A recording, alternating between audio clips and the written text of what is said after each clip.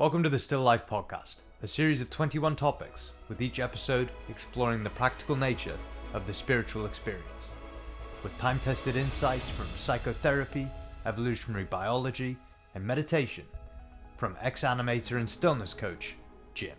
Because I view Jim George as a trainer for the soul. There's no better animation artist, drawer than Jim. He is a friend, he is a mentor, incredible advisor. There's no one who's more important to me in my life. The most interesting, most intelligent person I've ever met. He truly is somebody who wants nothing from you and everything for you. My name is Henry, and I'm a former client of Jim's, and the work we've done together over the past 8 years has changed my life. We're now on a mission to share these insights with you, and to draw some pretty interesting conclusions on how to live a still life.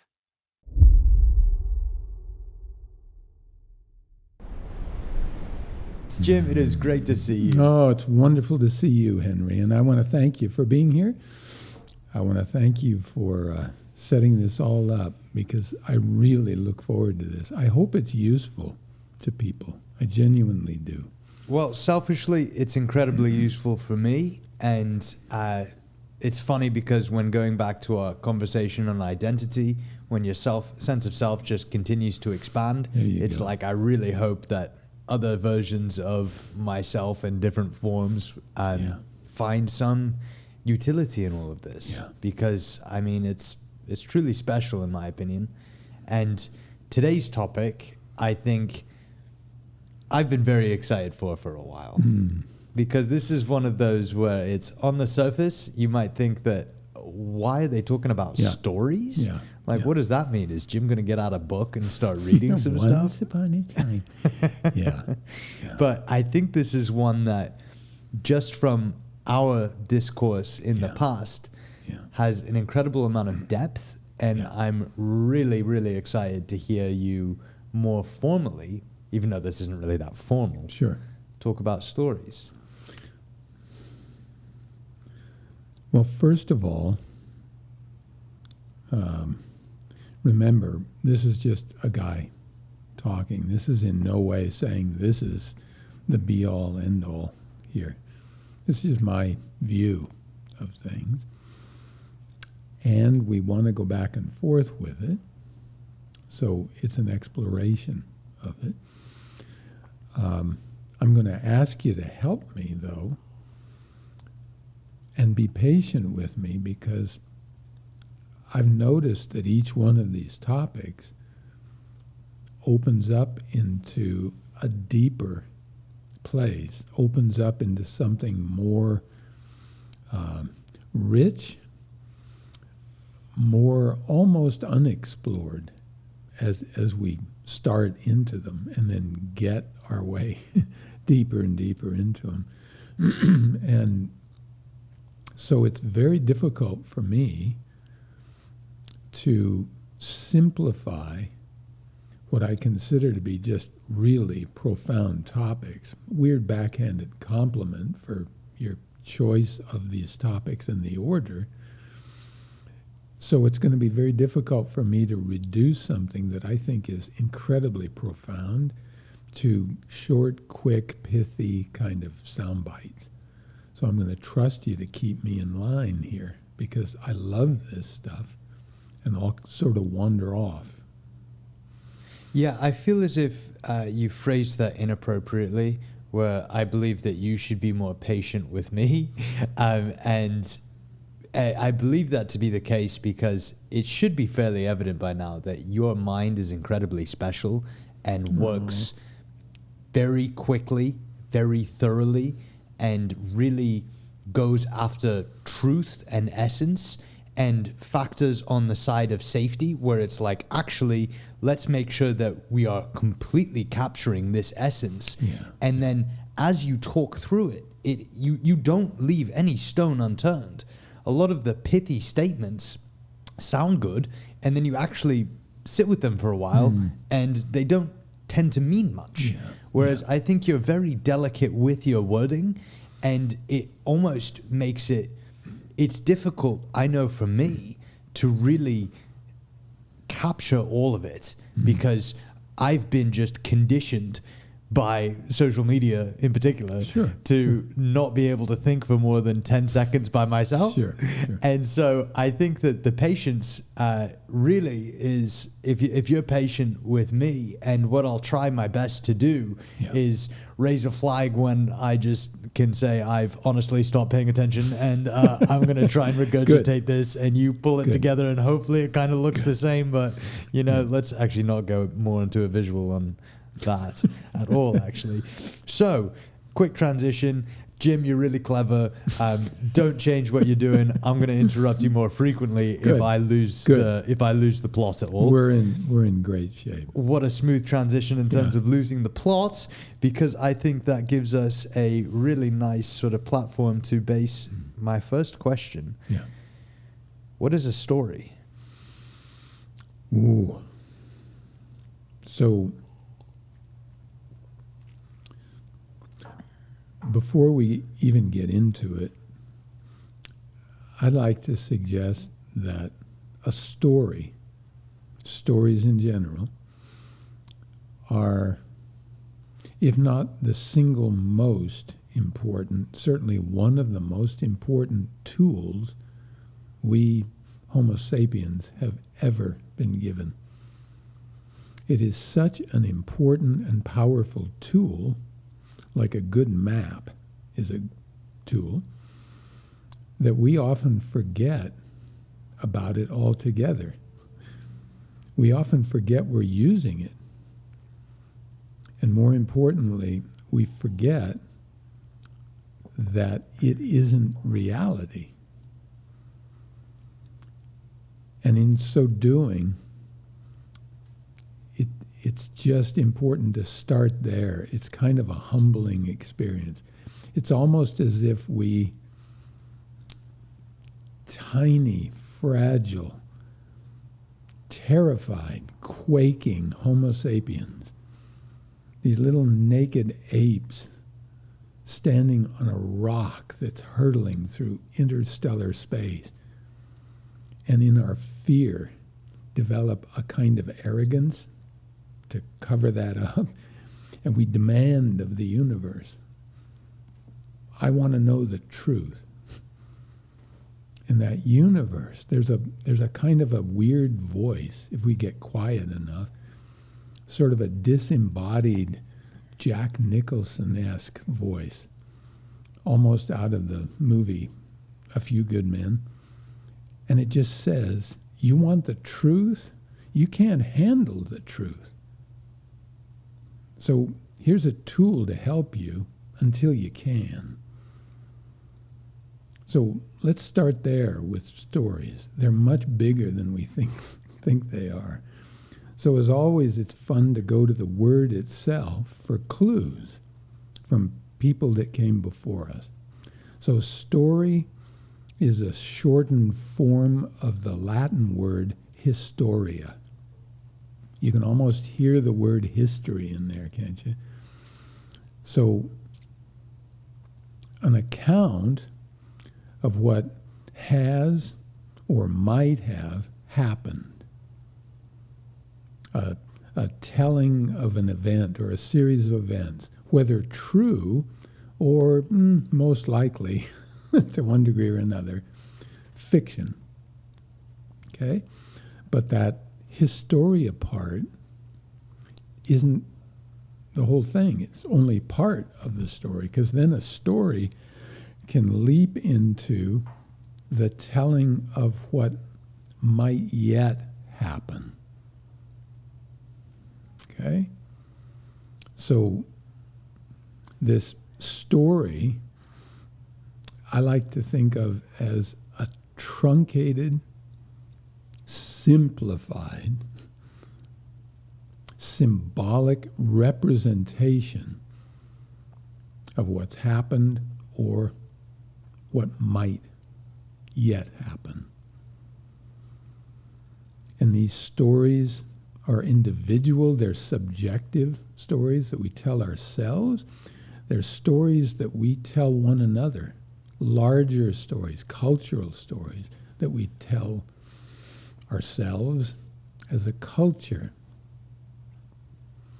And they're not just a string of sentences. There's a very important structure to stories that is so interwoven with our neurology that we almost aren't aware of that structure as it does what it does. And I'd love to discuss that structure with you more, but I'm going to kind of put a pin in it and just ask you, does that help? Yes. Okay. And I want to, forgive me before we get to where you are sort of leading this, I just want to summarize where we please, got to. Please. But also, Because I need it. well, there's a couple of areas that I think you're holding back on in terms of emphasis. Sure. And I just want to be sure that we really explore that terrain. Yeah. So you mentioned to start with that these stories are an incredibly useful tool for this naked ape that's hurtling around interstellar space, Yes. right? Quite But- literally, by the way, that's not a story.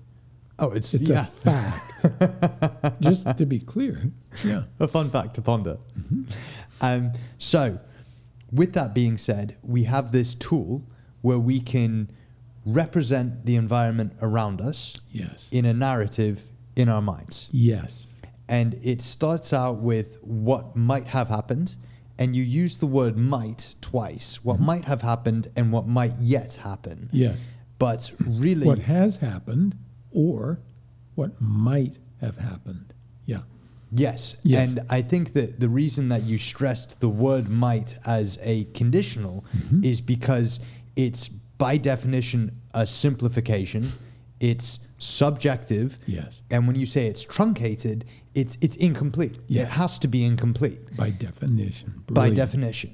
Because if I say, you know, in 1969 we went to the moon, that's a very brief story, but it eliminates a hell of a lot of detail. You know, if I were to tell that to somebody on the street, it's not like they'd be able to recreate a spacecraft and, you know, get to the moon themselves. That's right. It's truncated. Yes. But it does capture an event, Yes. and that might have happened in that year. I wasn't alive at that point. Yes. And, you know, some people don't believe in the lunar landing, so it might happen, it might have not, right? Yeah.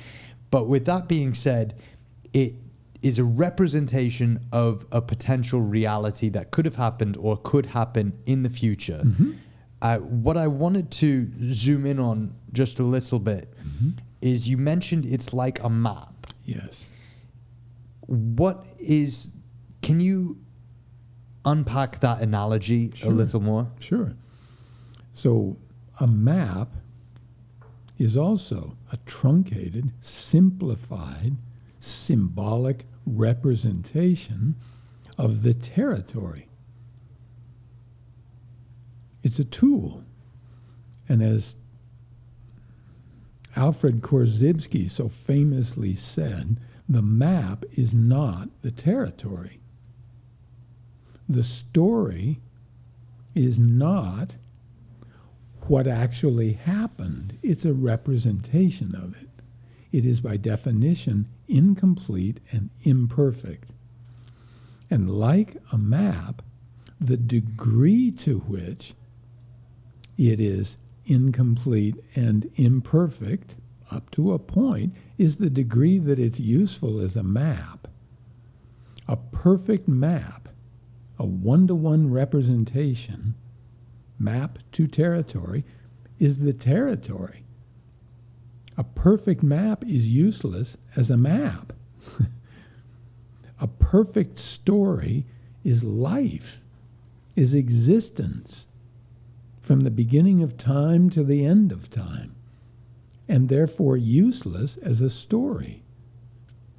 It's important to remember that as a tool, this incomplete, imperfect representation is helpful to us. That's why I want to explore the structure of stories and what they do, why they're so amazing.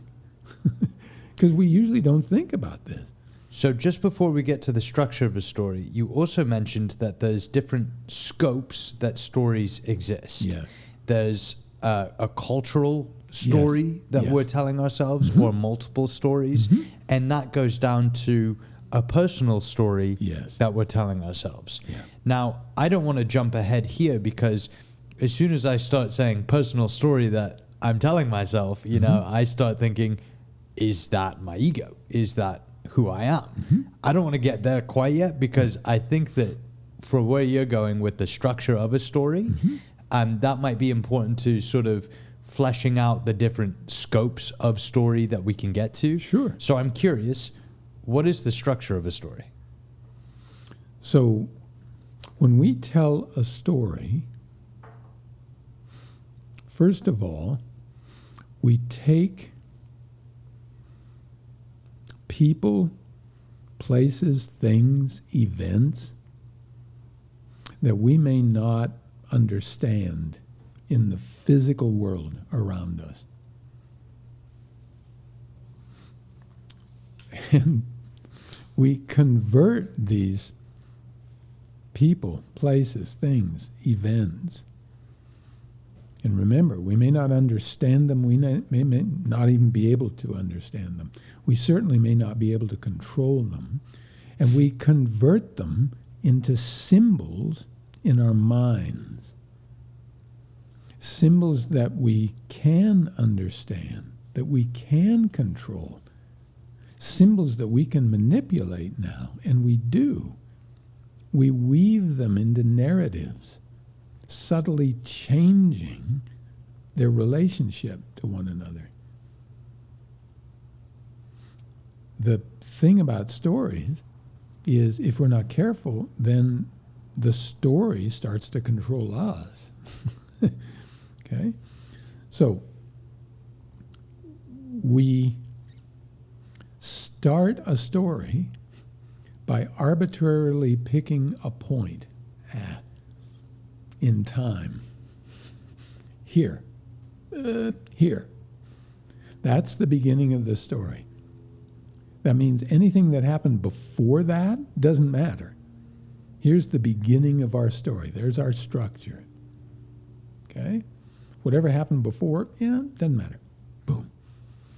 Then, the beginning of our story, we begin to introduce very selectively elements, these people, these places, these things, these events.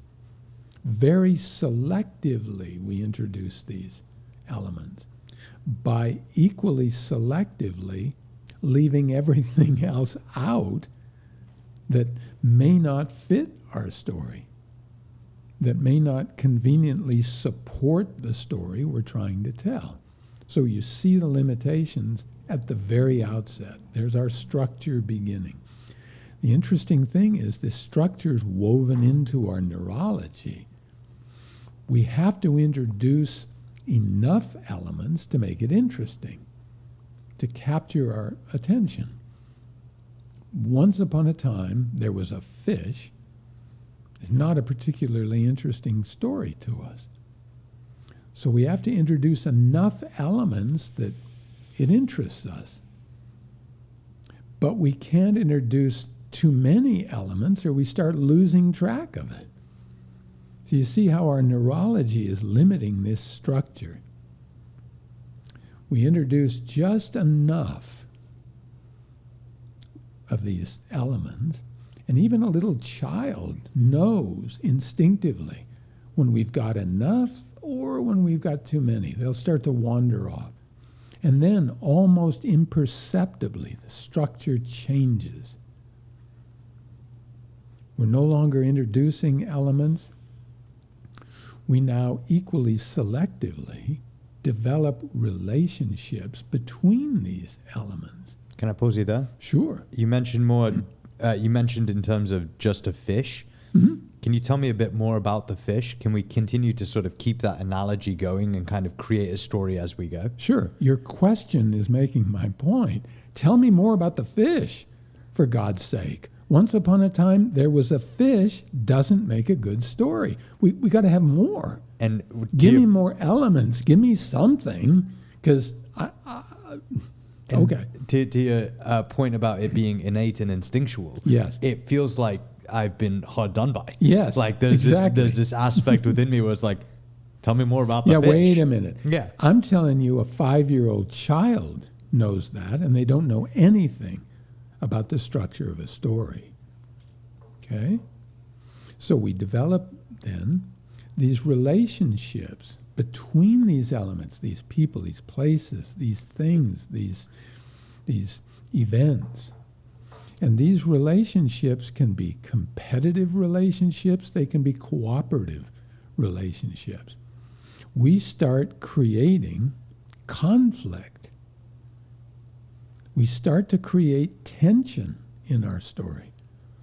And I'm trying to simplify this as much as I can. I'm leaving a lot out. Because you're telling a story. Okay? Because I'm telling a story about a story, a meta story. So we're creating this tension. And again, we're playing into the neurology, the way we're wired as human beings. We love conflict. We love tension. And I'd like to suggest at least one of the reasons, one of the aspects of that love of tension takes us right back to Sigmund Freud's definition of what pleasure is. It's one of the most elegant definitions I've ever heard. It's 2 words: tension reduction. Tension reduction. That's Freud. Okay? So if you think of almost any experience you have that has pleasure attached to it, there's probably some element of tension reduction if you go deep enough into that experience. That means we have to have tension in the first place, and then we have to reduce it. So we're building this tension into our story, and we build it, and we build it, and we build it. And again, our neurology can only handle so much, but it's got to have enough, and so... And there's an instinct. Good storytellers can tell you that's enough. That's enough tension. Then the structure begins to shift, again, almost imperceptibly. We start to reincorporate these elements that we've introduced. Even elements that we've long forgotten about. We reintegrate those elements into a larger whole, into a greater whole. We resolve that story in such a way that we now understand more about those elements than we did at the beginning of the story. And in so doing, we understand more about ourselves than we did at the beginning of that story. And remember, a good story doesn't introduce any of those elements that it doesn't reincorporate. A good story doesn't allow what writers refer to as a red herring. You introduce something just to throw people off, and you don't resolve it. You don't reincorporate it. It just sits there like a big red fish and doesn't do anything. Good stories resolve. They reintegrate. And this resolution gives rise to meaning. You remember from our podcast on meaning, that integral aspect of meaning being reintegrated into something bigger than ourselves. So that process of the story of reintegration, reincorporation, resolution of those people, places, things, events that we've introduced gives rise to meaning, and hopefully, fairly quickly, the end of the story. Because we don't want to start introducing more stuff. But here's the funny part. Some of these stories, especially the cultural stories, the stories we tell ourselves about who and what we are, we then take this story that we now understand and control, and we project it back out onto the physical world, and we call it reality. We call that reality because we now understand it. We now have a sense of control, which is what a good story gives us. A sense of knowing, a sense of understanding, a sense of controlling even those things that we can't know, can't understand, and can't control. So we project these stories back out onto reality, thereby becoming masters of our world. Or so it seems in our mind.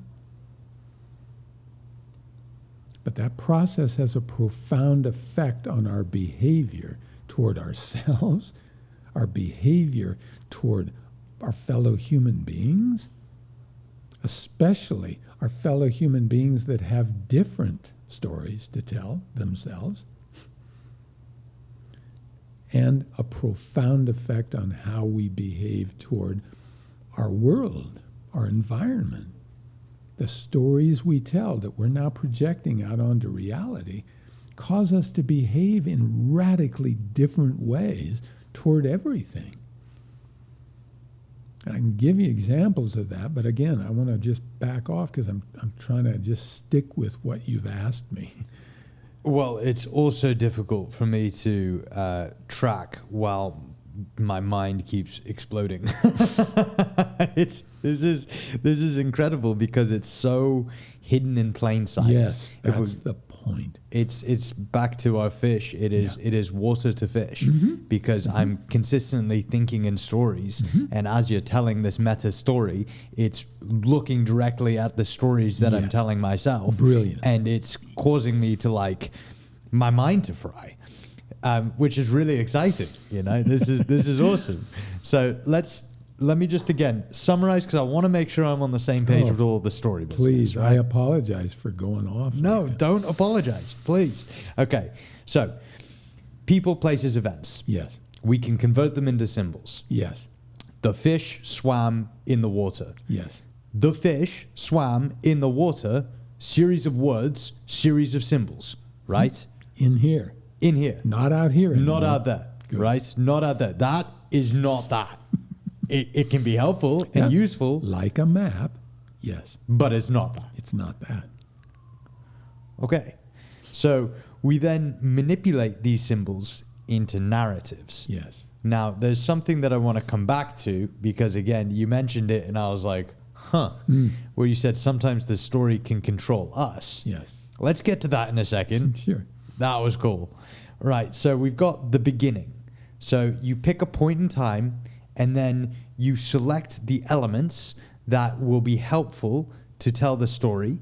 We have an innate, instinctive idea of how many elements need to be in and how many need to be out. Good storytellers are better at that, right? They just have that within them. Yeah. And then there's this aspect of over the middle and towards the end, you want these elements to interact with each other.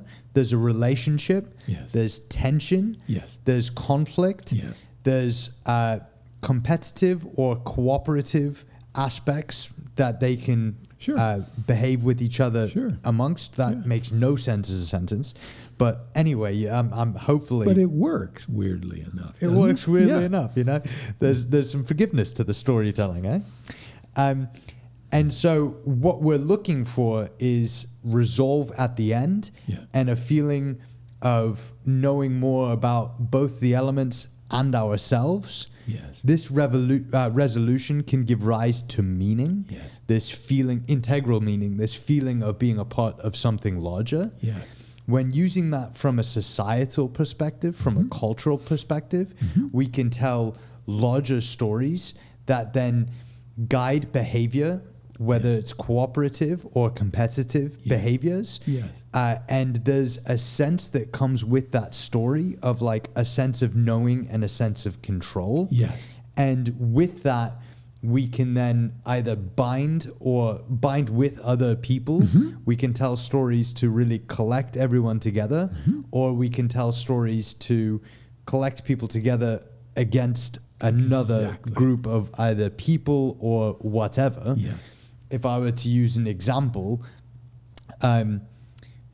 Jim rear-ended my car the other day, Yes. and he just drove away. Yes. Right? That's a pretty good story. It's got some elements in it, and there's an aspect of maybe there isn't resolve, but there's something that people can listen to, they can gain some meaning from it, and I can then use that as a cooperative tool to be like, hey, come with me to Jim's house, let's egg that place and run away. Yes. As some form of revenge or whatever. Sure. But we're basically using the story as a representation to then guide behaviors to, egg your house. Because you wanted to egg my house, you told them a story, but in fact, Jim didn't rear-end your car. You backed into his car. Oops. The narrative is creating a whole different response that may or may not be true, but it sure gives us a sense of knowing something and allows us to work together now as a group to accomplish something, which goes right back to our survival advantage of working together in larger and larger groups. It's a great example, by the way. Good job. Well, thank you. So, can you tell me more about, you mentioned that you also have some examples up your sleeve, which I would love to hear if you can weave those into your meta story. But mentioning how stories can control us, Yes. it seems as if we had an audience and I was trying to persuade them to egg your house. Yes. The story could be controlling them. Yes. I don't know if that's correct. I would love for you to expand upon that, but also using potentially some of these more societal or cultural stories as part of the example. And the reason I keep mentioning this and trying to sort of nudge you to using an example is because it's so much easier to understand the story as a story rather than the theory. Yes. If you put the story to it, it's like, oh, I get that. And so for me, selfishly, it's like, tell me a story within the story so that I can comprehend it better. Sure. And that, I think, just goes back to your point of this is innate and instinctual and is integral to our survival. Yes. Because I feel this drive to it. It's like, you can keep it abstract and theoretical, but tell me the story at the same time. Tell me more about the fish. I want the truth, but based on my behavior, I can't handle the truth. So here's a tool to help you until you can. And it's a miracle. And I'd like to suggest in answer to your question, what do I mean by the, story controls us? If we forget that this is a story, we map it onto reality, we forget it's a story, that story becomes our reality. The story is controlling us now.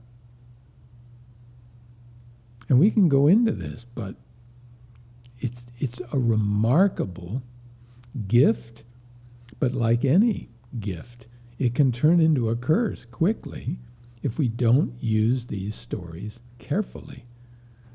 We begin by knowing what they even are, which is why I'm so grateful you brought this up.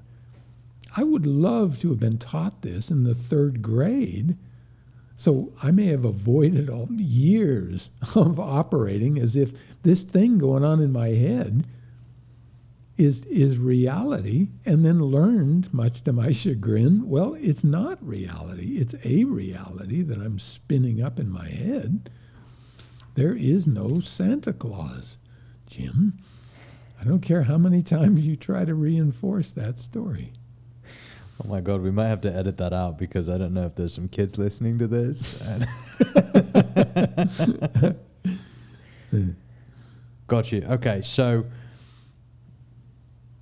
there's this ability to change the stories that you're telling yourself. Yeah. And that's sort of what you were mentioning would be really useful to have in the third grade. Yeah. Where it's like, yep, you're telling yourself stories. It's the way that we think. Mhm. It's an incredibly useful tool. Yes.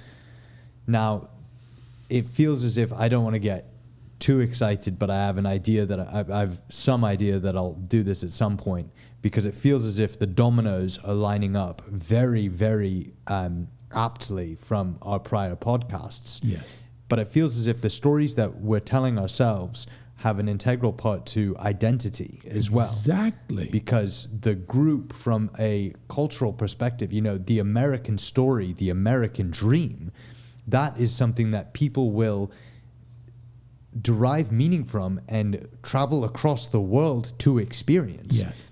And it's an incredibly powerful story. Yes. Because you have so many people that are bought into it that it inspires a sense of hope. Yes. You know, the reason that I stayed here instead of going back to England is because I loved that effervescent feeling of excitement where people do have this intrinsic feeling of, I can be anything here. Yes. And you have enough people doing that, and it inspires cooperation within bounds. Yes. And a different way of living, which to me was resonant with my essence or my spirit, Yeah. right? So I wonder if you can just expand a little bit more on that in general in terms of cultural stories and how that loops into identity as well. Okay, well, this is just a suggestion. I'd like to suggest that stories are powerful to the degree or the extent to which we understand them and believe them. Okay? So, as an example of that, imagine a story being told to you in a language you neither speak nor understand. And think about how powerful that story would be. It's like, Noise. okay.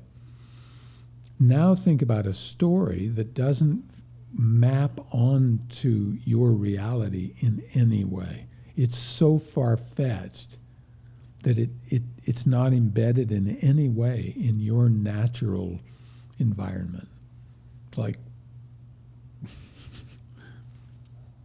so stories are powerful to the degree to which we understand them and are capable of understanding them, and we believe them. Secondly, stories are powerful to the extent that we, Homo sapiens, and especially modern Homo sapiens, are living in a world of symbols in our mind. What Yuval Noah Harari refers to as an imagined order. Isn't that a great term for what you're talking about? An imagined order. I love that guy. I think he's just an international treasure, but I don't want to get off the track here. So this imagined order, we seem to be the only species that we know of that does this imagined order to the degree to which we do. And this imagined order, and I'm talking about group stories now, the stories that bind us together, the ones you're talking about, okay? This imagined order can work subjectively.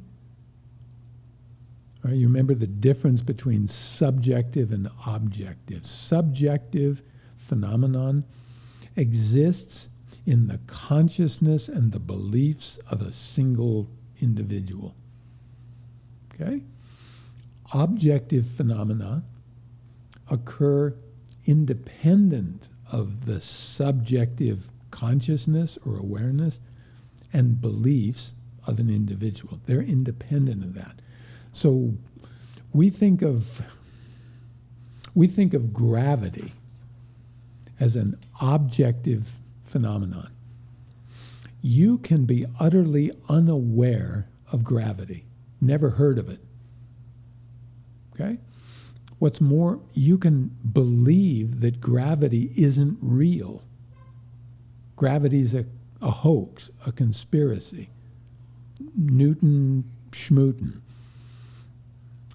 But if you walk off a 10-story building, gravity is going to objectively come up and hit you right in the mouth. And for the last 2 seconds of your life, you will be a believer. Okay? So we're talking about a subjective experience, a personal narrative. But what Harari talks about is intersubjective phenomenon. These stories are intersubjective. They link the subjective experience of many, many, many people, thousands, hundreds of thousands, millions of people together with a shared common narrative that can point them in directions as a culture. Remember our discussion about status when we were talking about this gift of working together, cooperating in larger and larger groups. That common intersubjective narrative is the glue that holds these huge groups together, because we don't normally form huge groups. It took us from the lower third of the food chain on our way to extinction all the way up to the apex species on Earth, because we could bind ourselves together in larger and larger groups. Okay? These imagined orders work, like I said, because we believe them. Okay? So they work because they're embedded in the natural world around us. I'm going to even say cleverly so. They're embedded in the natural world, the observable world, but then they take off and they can create whole supernatural worlds. Part of this narrative on the momentum of being embedded in our observable natural world, now we can create supernatural aspects to that natural world. We can create gods and goddesses, supreme beings, supernatural forces. And in so doing, these supernatural forces, these gods and goddesses, can decree that this narrative, this imagined order, is not only the way it is, but it's the way it should be, because it's decreed on high.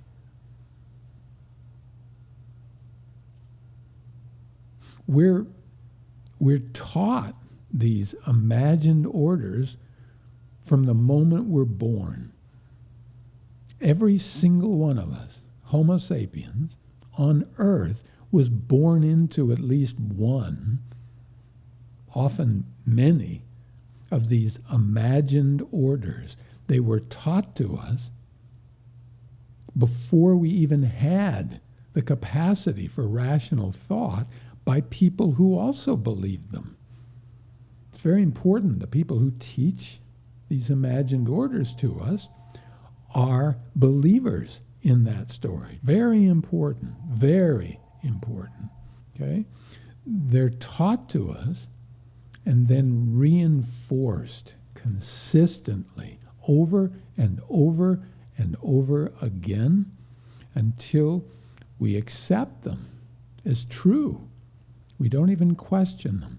In the words of one of those imagined orders that you raised, we hold these truths to be self-evident. We don't even question it. That is incredibly powerful, unbelievably powerful.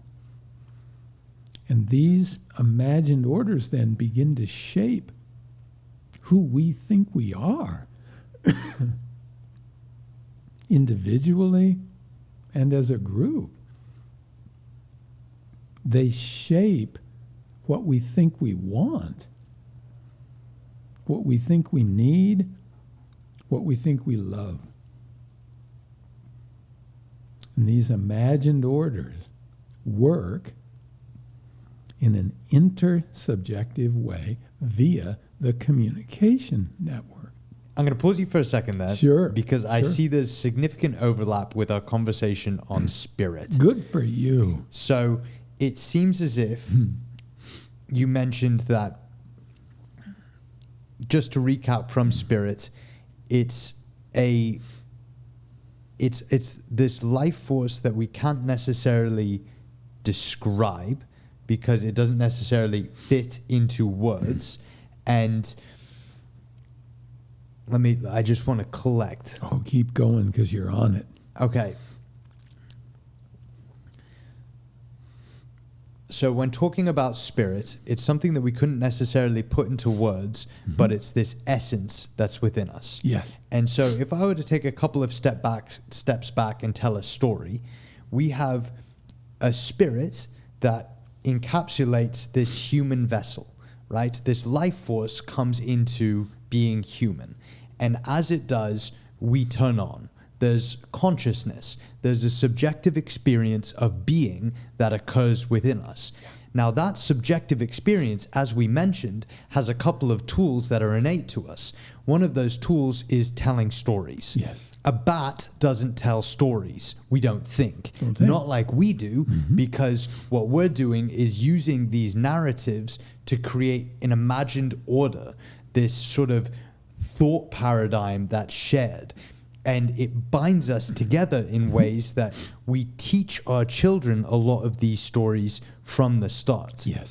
So if somebody's having a spiritual experience where they drop underneath the words and they just tap into their essence I love you. to what is underneath all of the storytelling bullshit, Yes. you drop into that and then try and describe it with these symbols, all you're doing is representing it. You're not actually having it. Right. And so you mentioned that we then have a tendency to anthropomorphize Yes. back from our spirit conversation. Sure. Where we basically take that experience and then, as you were mentioning, with this imagined order, we can then put gods onto this or goddesses onto this and character traits, etc., etc. Or supernatural fish. No, seriously, this is the point. You're nailing this. Keep going. Well, I'm This is really glad that you beautiful. brought the fish thing back up because I've been Well, we trying have to get we have to reincorporate. Yeah, no, actually, it could just be a huge red herring. Yeah. Who knows? Very nice. Anyway, so I'm still so proud of myself that I lost that joke, that I lost my train of thought. So with that being said, we reinforce these stories consistently. Yes. But there could have been there's definitely a group division that we've seen with a drop-off in people attending religious ceremony and events. Yes. Because there are these other stories that are coming from the scientific method per se, or that refute the existence of certain facts Yes. that may have been written about just our existence. And with that contradictory evidence, it's like, well, why should I believe in this if there is this here? Yes. I'd rather buy into this story because it feels as if it's more tangible. There's more Yes. aspects of the real world integrated into it. There you and go. that can cause a group division where you have then this ongoing debate between like whether God exists or not. Yes. And you have people on either side, one being a theologian and one being a scientist, and this is just broad stroke stuff. I don't want to get into the No, you're nailing minutia. it. Keep going. But that is, again, linking into identity. It's like telling ourselves different stories about different stories, and that's just what we do all of the bloody time. It Yes. feels like that's just what we're doing all of the time. Yes. Like we don't stop this. It's, this is a good question. What happens if you do stop the story, and how does that work? So, first of all, great understanding of this because it requires some deep thinking. some what I consider to be courageous, if not heroic thinking, because the comfort of these stories is enough to make us just stay in the matrix of the stories, because it's just comfortable. But I'd like to suggest there's something incredible, and I use that term advisedly. There's something incredible below, beneath, above, and beyond those stories. Remember, they're representations of what is. Truncated, simplified, dare I say oversimplified, symbolic representations of what is. Can you start back from the representations of what is? That Sure. engine was loud. Okay. They're representations of what is, these stories. They are truncated.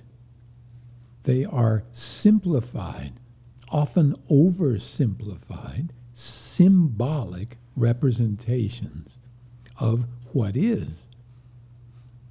And as long as we can't handle what is, we can handle the stories. That may be enough for now. But I'm suggesting that if you will quiet the mind, if you get still, we now get to a very interesting aspect of the structure of a story.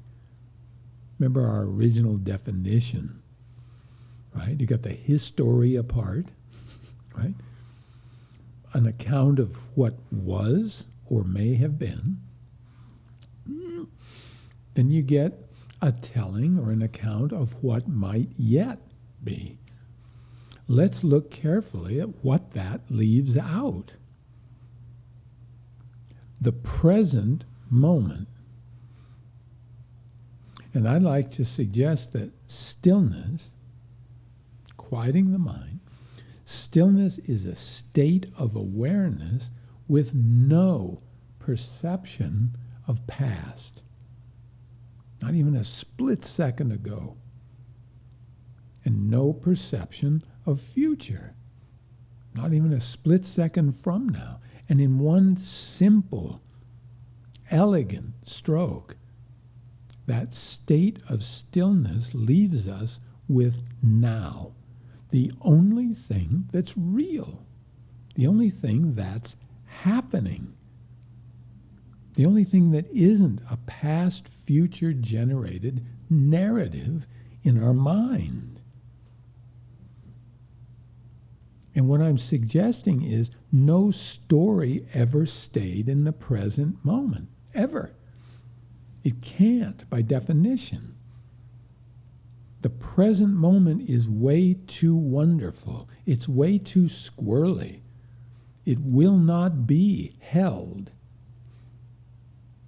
Because by the time you hold it, even symbolically, it's gone. You're holding on to something that's in the past now. The only thing you can do with the present moment is be in it.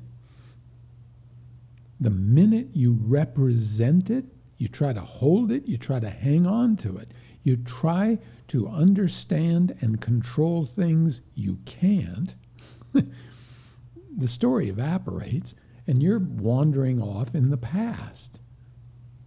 And if you try to anticipate that process, you're in the future. You just go right past the present moment. In stillness, the story stops. And what you experience is this present moment, this ineffable, by definition, experience of what is. And as you get more and more still, not only does this present moment expand infinitely, your sense of self begins to expand right out of the narrative, right out of the story. I'm a this, I'm a that. I'm part of this group. Even the narrative of a helicopter flying over. How does that impact what I'm saying? It's a helicopter. It's something that is now gone. We're in the present moment right now. And in that present moment, there's no narrative at all. And we can feel that. It's our birthright to feel that. And when we're no longer thrashing around trying to survive, it's wonderful to put the story down. I don't mean don't ever bring it up again, but what I'm suggesting is put the story down the same way you'd put any tool down, whether it be a map or a running chainsaw, because if you don't put that running chainsaw down, you're going to get into some trouble.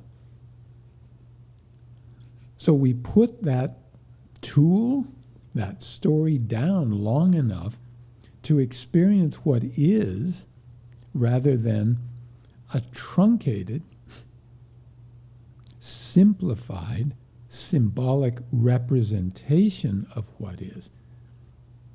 And I promise you, if you make a practice of this, that experience will make the narrative seem very sort of threadbare, kind of 2D.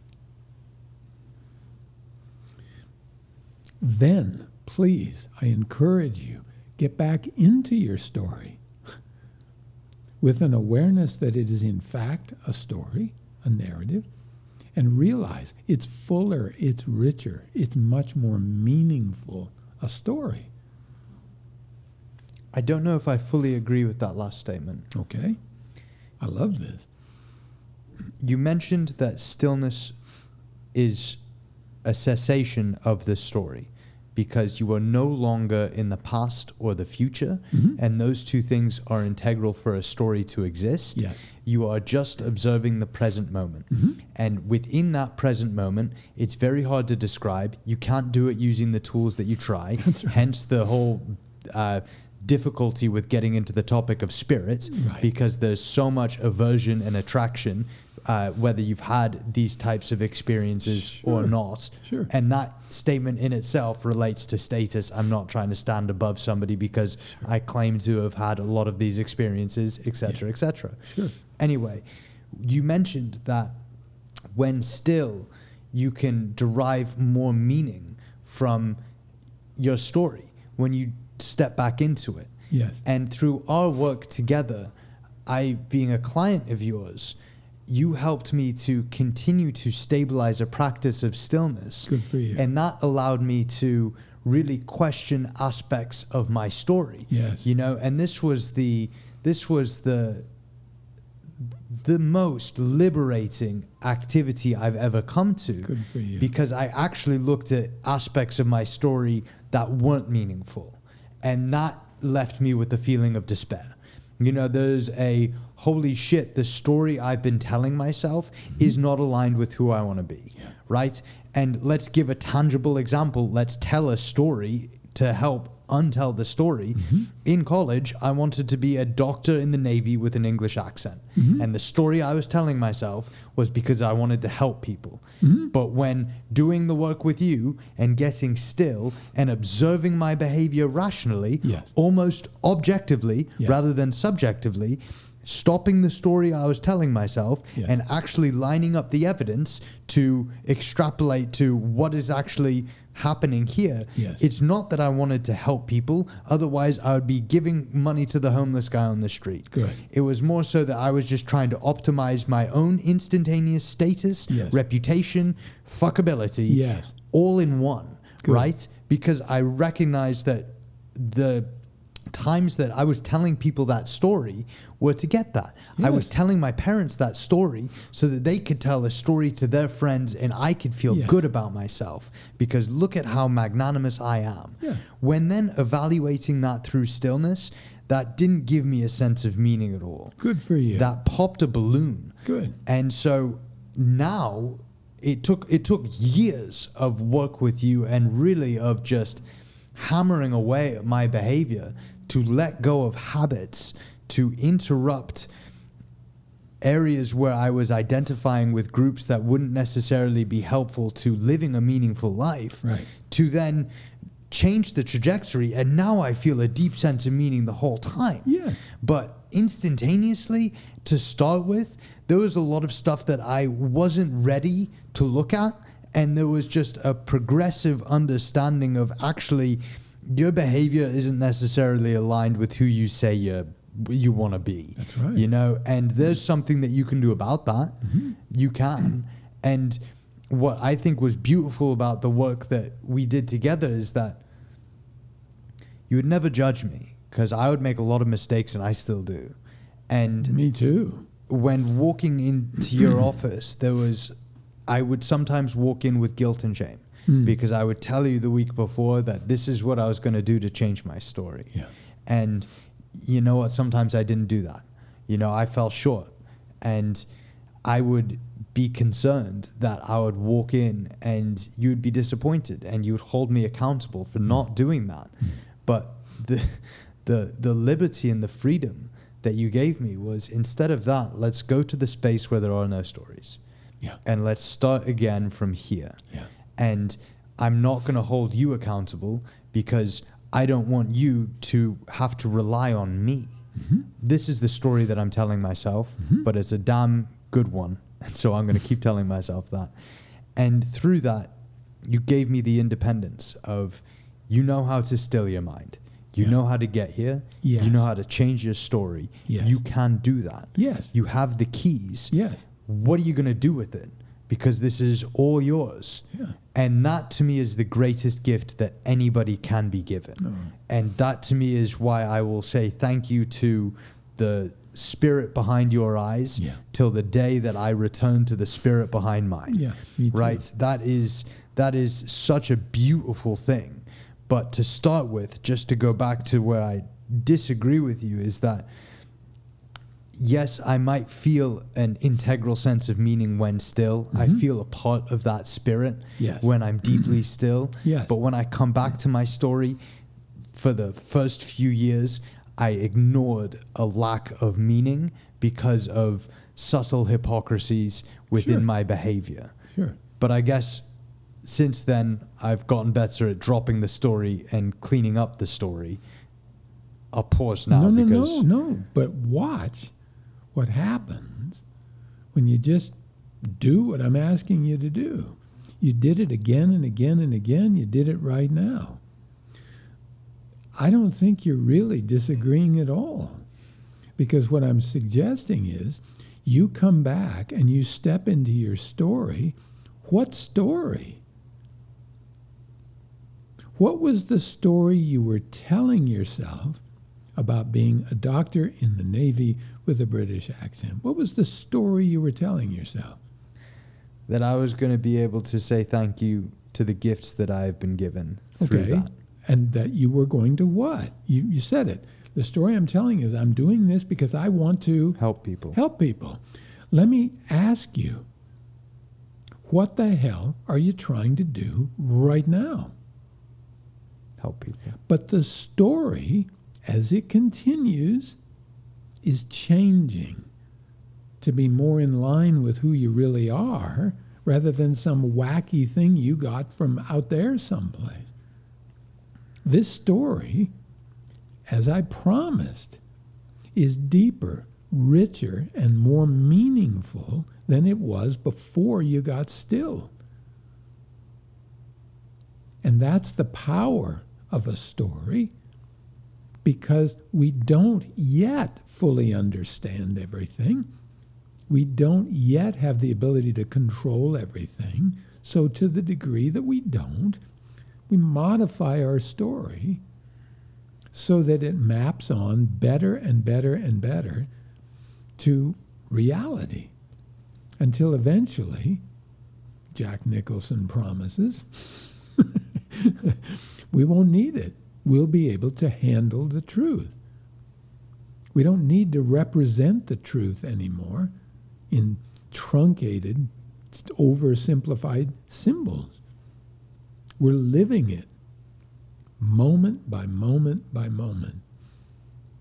But in the meantime, recognize There are groups that have been raised in completely different imagined orders. There are people in our own country who have been raised in, who believe, who are projecting these imagined orders back on to us. We're kind of all doing the same thing. And notice what happens. We no longer perceive those human beings.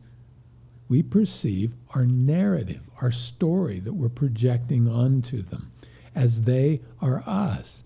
This is where the story goes south.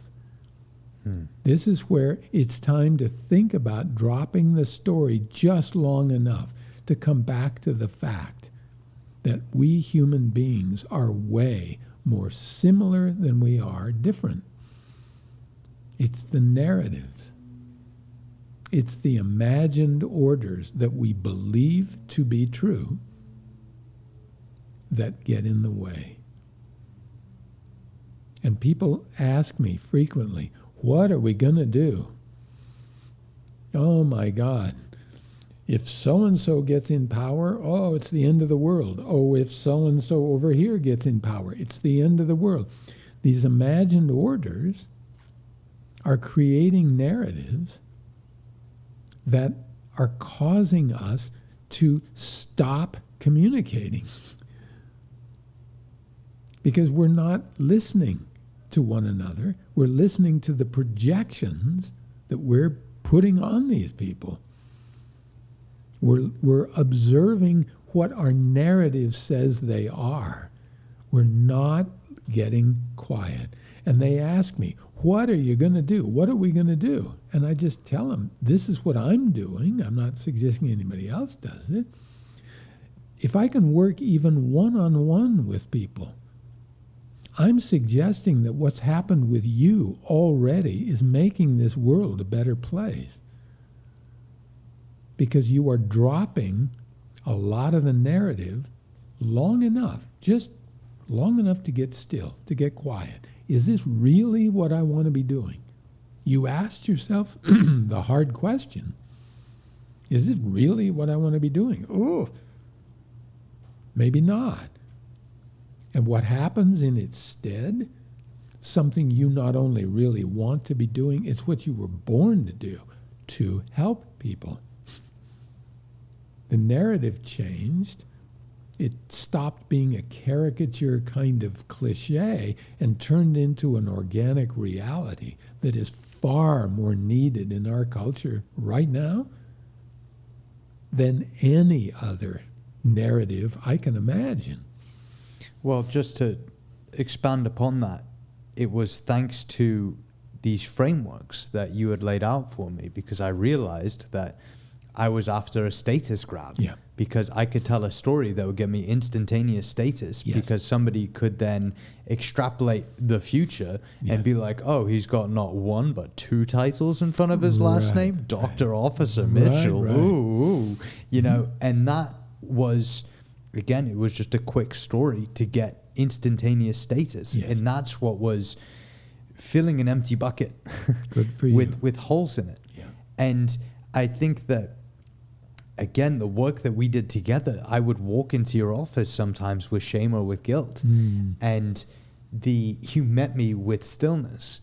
And what's so beautiful about that is it helped me to heal. Yeah. Because I believe that a lot of these stories that we are telling ourselves about ourselves, our ego is such, where it's like, oh, I'm going to be this, are sometimes not aligned with our essence, not aligned with who we really are, you know. And part of my essence was, I mentioned this in the status aspect. I didn't actually realize this until then. I was more addicted to just beating people in a classroom than I was to absorbing the information. That's a big aha moment, right? And so when that happened, and realizing that there are ways to help people that are far more conducive to healing, and that's a word that I know that you can go into, but far more conducive to healing, and I realized what's helped me and the ability to drop the story. Yes. That's the thing that's the most bloody helpful thing that's ever happened to me. Me too. Because that's the placebo effect in a bloody nutshell. You know, you're telling yourself a powerful enough story, and that's a really bloody, if you believe it, you know, if you really believe that story, Yes. you can circumvent anything. And going back to our conversation on consciousness, Yes. you know, through this ability to drop the story that I'm actually this human Yes, form, yes. and that's what stillness allows, to connect to the underlying essence underneath it, Yeah. and to just observe it.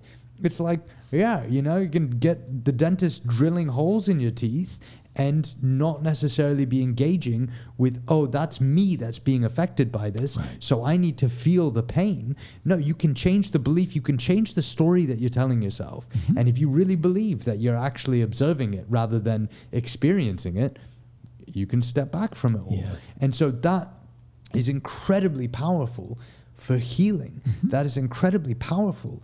And I believe that what the weave that you so elegantly do with people is getting still, stopping the story, and then what about your story do you want to change? Waiting till you see somebody's essence come up, waiting till you see them start to get all effervescent, you know, Yes. that's the neurological pyromaniac Yes. that you mentioned in our first episode on Yeah. meaning. Yeah. God, if people haven't watched these episodes, Oh, yeah. They're- like they're lost. I really, this is probably just going to shit, so I really apologize.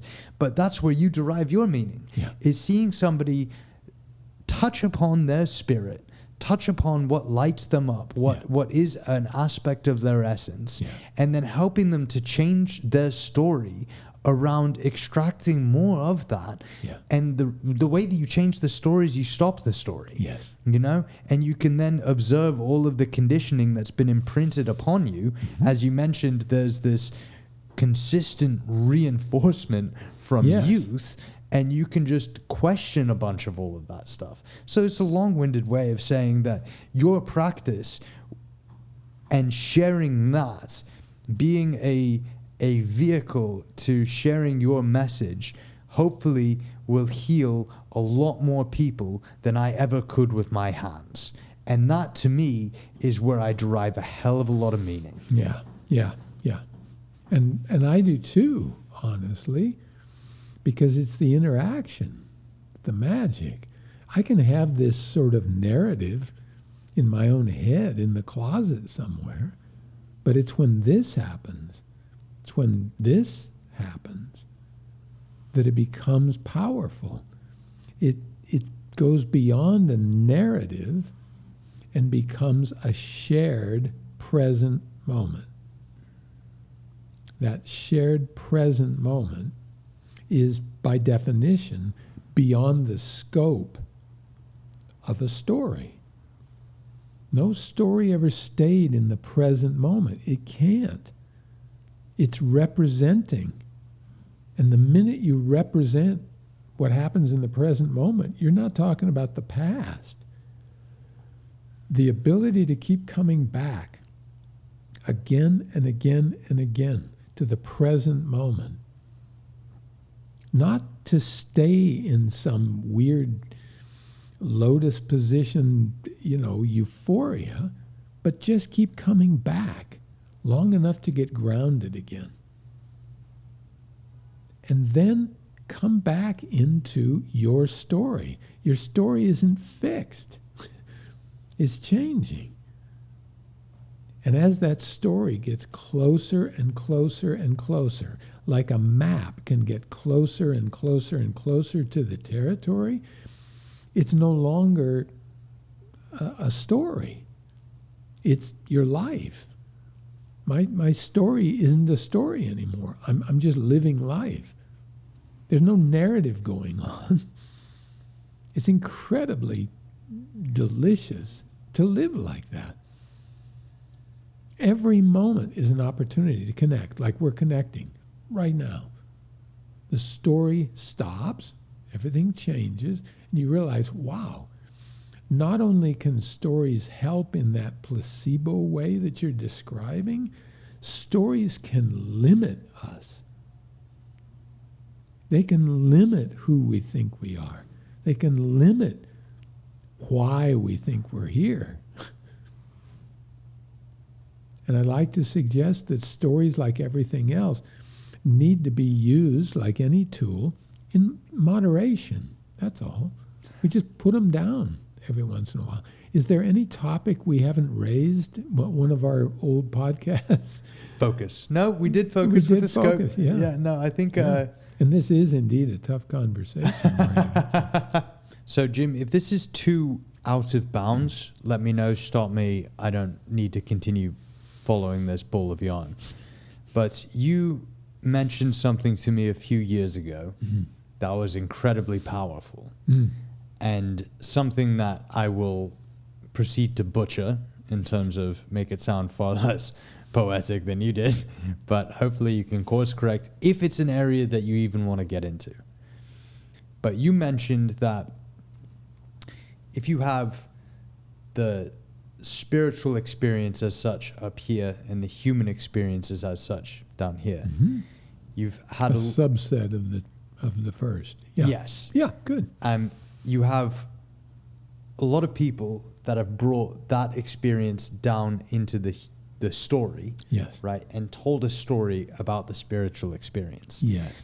And there's a common theme there where a few of them have nails in their palms, bullets in their heads or their hearts. It really tends not to end well. Yeah. Because there are these other imagined orders, there are these larger stories that are being told that when conflict can really cause this us-them aspect of identity and cause our scared, violent, naked, apish selves to want to eliminate that story because of that conflict. Yes.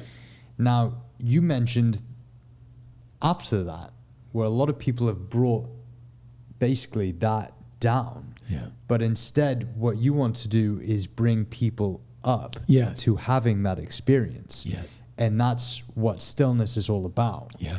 Now, I think that's incredibly beautiful. And I also think that to be absolutely coherent with your essence and your spirit, because you have some gifts that make you really good at that, right?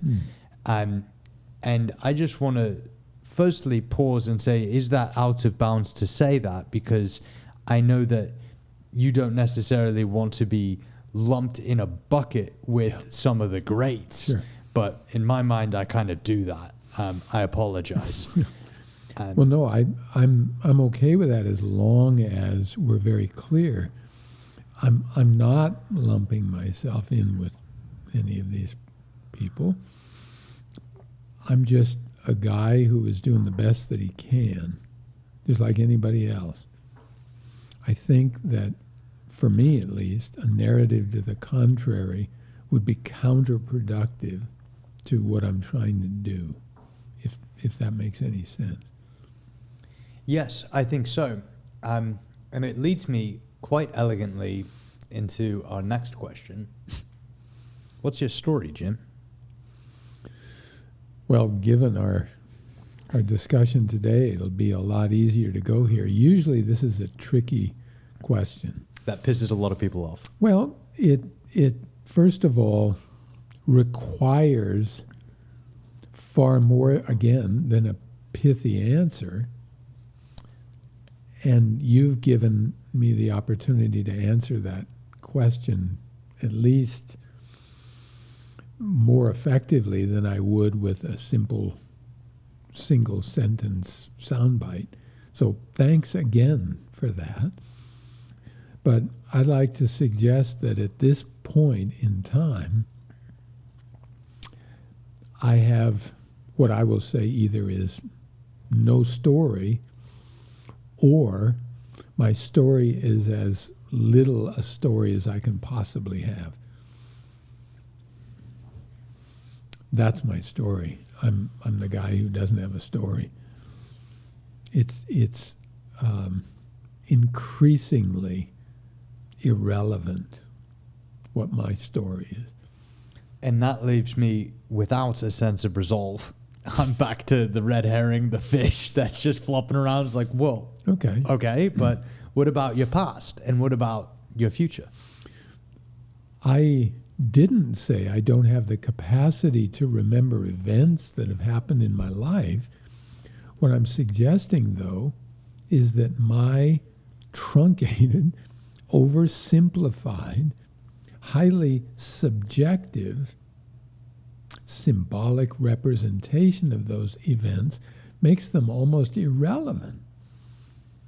If I take the sum total of all of the factors that made up any one of those events, first of all, they stop being isolated events.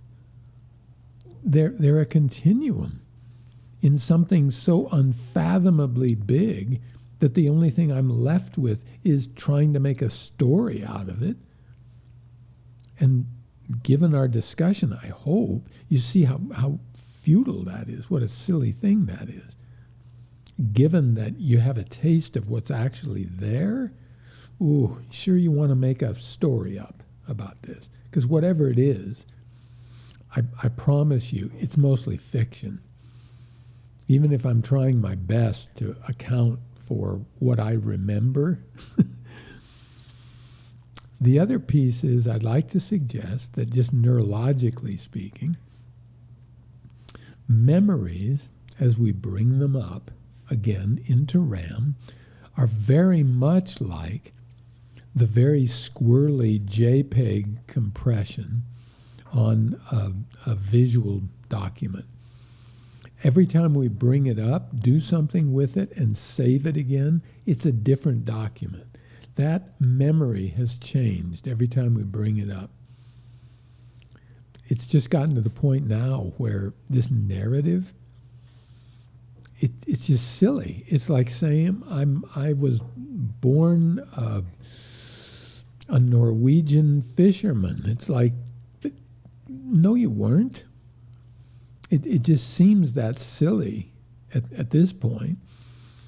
And the continued telling of that narrative just locks me into something that I'm not. Not now, not anymore. If I think certain events that have happened in my life are useful to somebody, might be helpful, yeah, I'll string them out and see if it helps. But at this stage in my life, a story, I'm bored by it. I can't imagine anybody else not being bored by it. I don't want to hear a story about me. And that goes so counter-current to where we live right now, being Los Angeles. Yeah. You know, this is the place of big me and my story. Sure. And trying to persuade other people to buy into that. Sure. And that's, I mean, it's pretty incredible because you're actually living it rather than just talking about it. There are a lot of people that are using this experience, they're talking about this experience rather than actually living it, so that they can have people buy into their story. And, you know, the larger, more residual stories from thousands of years ago, they can then tap into that identity as such just through proximity. Sure. And what I think is just so bloody pure and so incredibly inspiring is that you've stayed away from that. It's not about me, my story, my experiences, these events. That's not the truth. Yeah. And I've spent enough time observing the truth that I think I can handle it by now and let go of all of that. Yeah. That, to me, makes it even more important to share your message and not necessarily your story as such, but to share the frameworks. What's really interesting in Zen, in Buddhism, they talk about 3 layers, right? They talk about Buddha, which is personal practice. They talk about Dharma, which is the teachings of Buddha and how to apply it. And they talk about Sangha, which is community. And I think that this podcast primarily serves as the second of the 3, which is frameworks to observe reality through and to really help to adapt yourself through them. And I think that you've done a beautiful job here of outlining something that is so invisible to us that we often neglect. Yeah. And that is the dependency that we have on stories. Yeah. You've done it in such an elegant way where instead of buying into you and your story, I now have the tools within myself to understand that I'm not my own story. And I had you as a on a pedestal in my mind. And it took me years of storylessness to realize that I was just telling myself a story about you, and that Good it for wasn't you. about all of that at all. Good for you. It was about that essence. It was about that spirit Yeah. that was underneath all of that. And that is such an incredible thing, because I've removed you from the pedestal in my mind and replaced it with my future self that is getting less and less tangible Yeah. and more ethereal Yes. every day that goes by. Yes. And that is, I think, independence. And I just can't thank you enough for what you've dedicated your life to. Oh, bless your heart. Well, understand that this gets into such sort of fuzzy and esoteric territory that a lot of people don't really want to explore it just yet until events in their life force them to. That's the beauty of life. It will take you where you need to go. And another one of these great aspects of these tremendous structural tools and ways of living, Buddhism and Zen, Buddhism, Zazen, they're teaching us to stop resisting what is.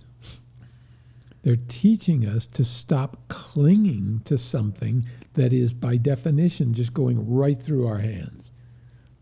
It's happening in slow motion, so we think we can hold it, but we can't.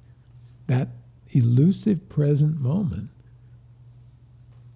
And these teachings seem so woo-woo and esoteric until life itself starts waking you up out of your story, because more and more things that are happening to you aren't fitting into your story, your personal narrative.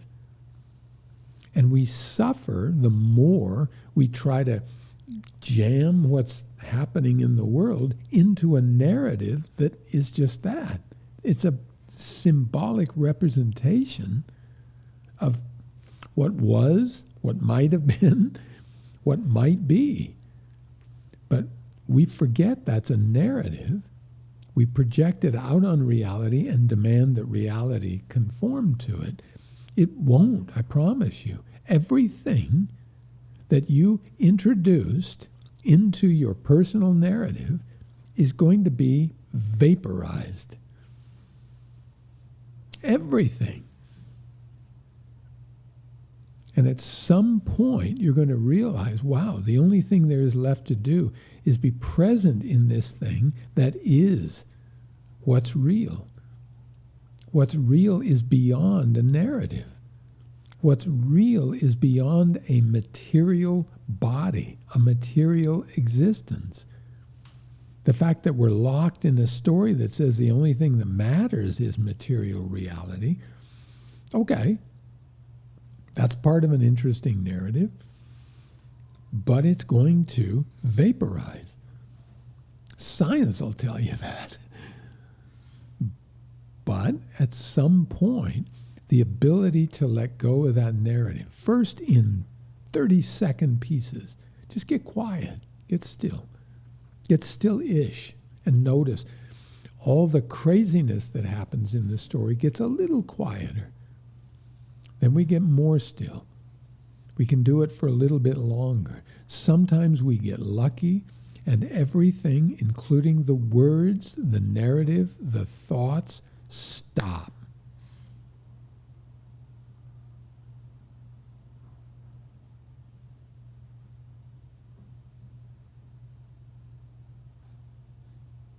If we're lucky, We don't jump into a narrative about what just happened. It's just, I'm just here. What is that? What is I? What is here? It doesn't seem to be all that different.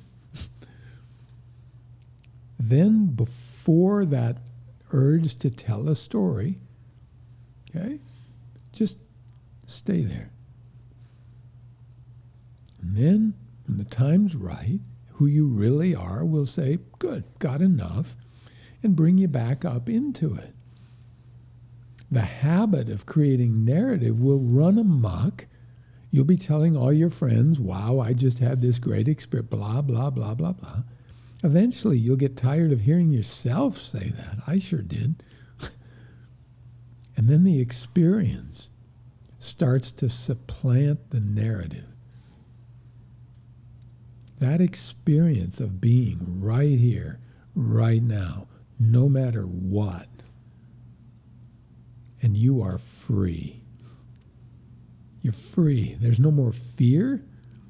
There's no more regret. There's no more seeking of something. You are it. You feel it. And anyone can do it. There's nothing special about it. That's where the stories start to conflict. Because, well, no, but so-and-so is really special. They're not. This is your birthright. All you have to do is just quiet down. Watch what happens. You did that, and I thank you for that. You're continuing to work to that. Me too. So thank you. I fundamentally believe where there's consistency, there's truth.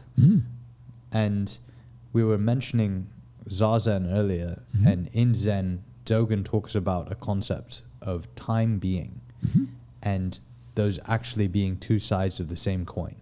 Similar to in our conversation on, I believe it was consciousness, maybe it was before that. No, it was spirit, where we were talking about fields. Yeah. And how electromagnetism is actually electricity and magnetism, two sides of the same coin.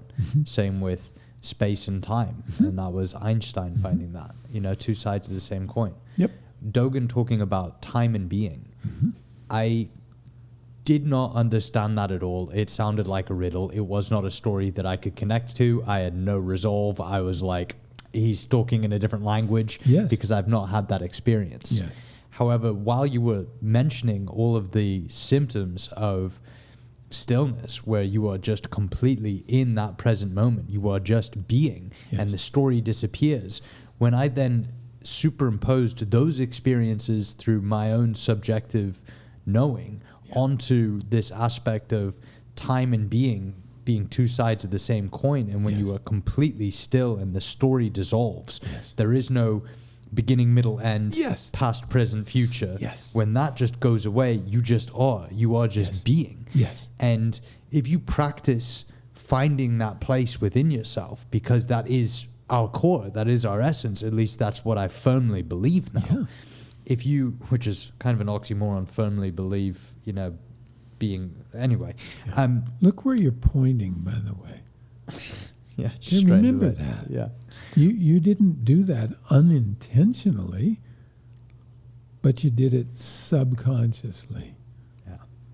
Keep going. Well, with all of that, when you stop that storytelling and you just be, you practice continually going to that place when you need to, when this will inevitably vaporize, there is so much less fear, because there isn't this innate story that that's the end. There is no end when there is no story. And when that's not integral to just what is out there.